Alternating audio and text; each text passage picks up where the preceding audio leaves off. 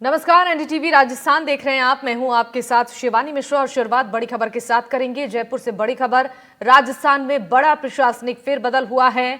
386 RAS अफसरों के तबादले हुए हैं।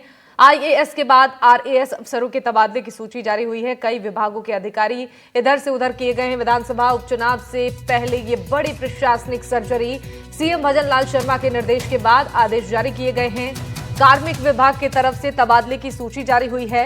जयपुर प्रदेश में अफसरों के तबादलों का दौर, आईएएस के बाद अब आरएएस अफसर के तबादले। 386 आरएएस अधिकारियों के तबादले की खबर मिल रही है। ये बड़ी जानकारी, विधानसभा उपचुनाव से पहले बड़ा प्रशासनिक फेरबदल, सीएम के निर्देश के बाद ये आदेश कार्मिक विभाग ने जारी किए हैं और कार्मिक विभाग की तरफ से इसकी सूची भी जारी की गई है। 386 आरएएस अफसरों के तबादले हुए हैं। आईएएस अफसरों के बाद आरएएस अफसरों के तबादले की सूची जारी की गई है और कई विभाग के अधिकारियों को इधर से उधर किया गया है। तो ये बड़ा प्रशासनिक फेरबदल राजस्थान में।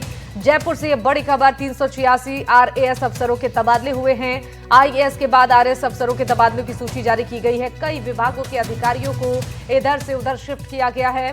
दरअसल विधानसभा उपचुनाव से पहले बड़ी प्रशासनिक सर्जरी की ये खबर मिल रही है। सीएम भजन लाल शर्मा के निर्देश के बाद ये आदेश जारी किया गया है। कार्मिक विभाग ने तबादले की सूची जारी की है। प्रदेश में अफसरों के तबादले का दौर जारी है और आईएएस अफसरों के बाद अब आरएएस अफसरों के तबादले की जानकारी। 386 आरएएस अधिकारियों के तबादले की खबर मिल रही है।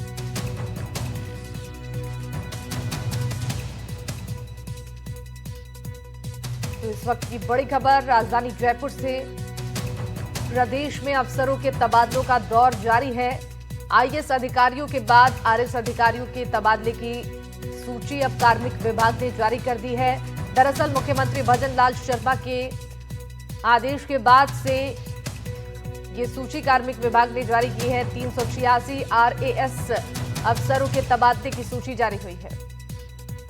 इस खबर पर ज्यादा जानकारी देंगे जयपुर से हमारे इनपुट एडिटर सुशांत पारेख हमारे साथ लाइव जुड़ चुके हैं।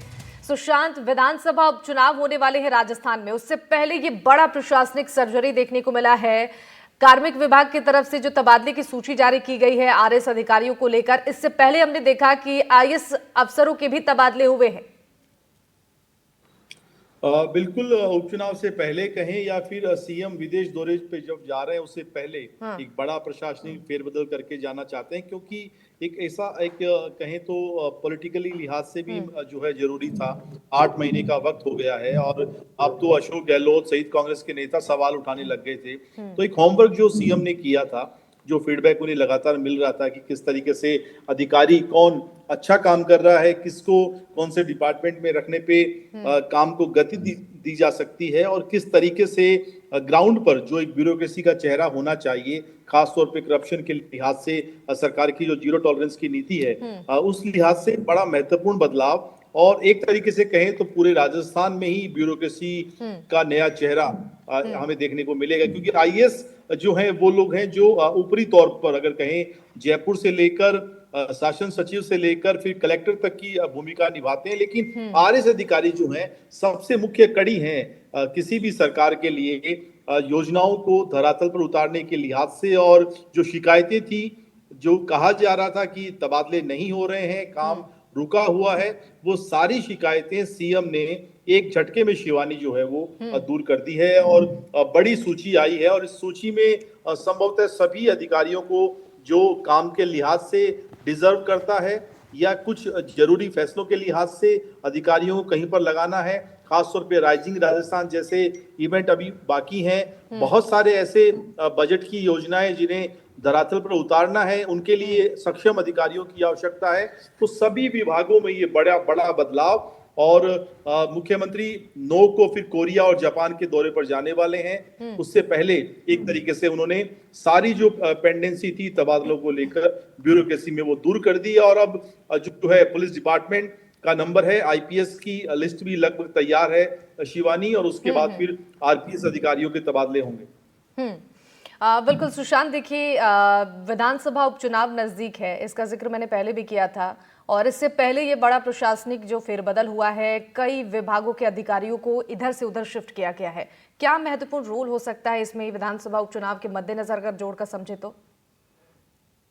देखिए, विधानसभा उपचुनाव की तारीखों का ऐलान शिवानी अभी नहीं हुआ है, लेकिन चूंकि 6 महीने के भीतर भीतर करवाने हैं और जल्द ही हम मान के चल रहे हैं कि तारीखों का ऐलान होगा। उससे पहले सरकार के लिए सबसे जरूरी चीज है कि उस क्षेत्र के लिए जो उन्होंने घोषणाएं की हैं उन्हें लागू किया जाए। खास तौर पे जो समस्याएं आ रही हैं कि मानसून की स्थिति में हमने देखा नदी नालों की सफाई नहीं हो पाई, जल भराव की स्थिति थी और बहुत सारे ऐसे अधिकारी थे जो पिछली सरकार के समय से लगे हुए थे या फिर आचार संहिता के तहत बदले गए थे, जिन्हें शायद बदला जाना चाहिए था सरकार बनने के तुरंत बाद, लेकिन वो अधिकारी अभी भी सीट पर थे।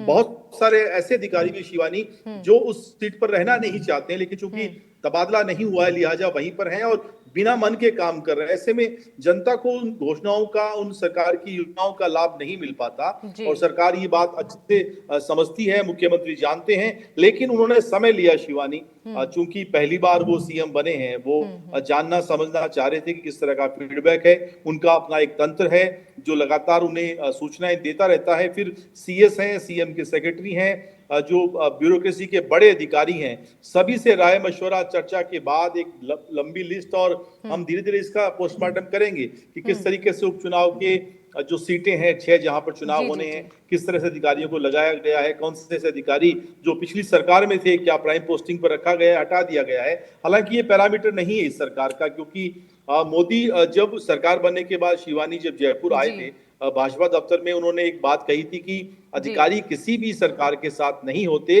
लिहाजा किसी भी पॉलिटिकली वेडेंटा के तहत उन्हें एक तरीके से इधर उधर करना या तबादला करना सही नहीं होगा। और शायद यही कारण है कि अशोक गहलोत की सरकार के समय के बहुत सारे अधिकारी लंबे समय तक रहे हैं। सही समय आने पे उन्हें बदला गया है, उन्हें दूसरी जगह लगाया गया है, लेकिन काम फिर भी उन्हीं से लेना है, क्योंकि ब्यूरोक्रेसी का चेहरा वही रहता है। कुछ अधिकारियों को आप ऊपर नीचे कर सकते हो, लेकिन ये तय है कि जब इतनी बड़ी लिस्ट आती है तो उस लिस्ट पे जब सीएम की छाप है, ब्यूरोक्रेसी में संदेश जाएगा। खासतौर पे ऐसे समय में जब कुछ खबरें निकल कर आ रही थी कि लेट हो रहा है, उसका कारण क्या है, दिल्ली से परमिशन नहीं मिल रही, बहुत सारी ऐसी बातें थी, लेकिन फाइनली लिस्ट आई है और उसका असर हमें जमीन पर देखने को मिल पाएगा। बिल्कुल बिल्कुल, ठीक है सुशांत, आपका बहुत बहुत शुक्रिया तमाम जानकारियों के लिए। आगे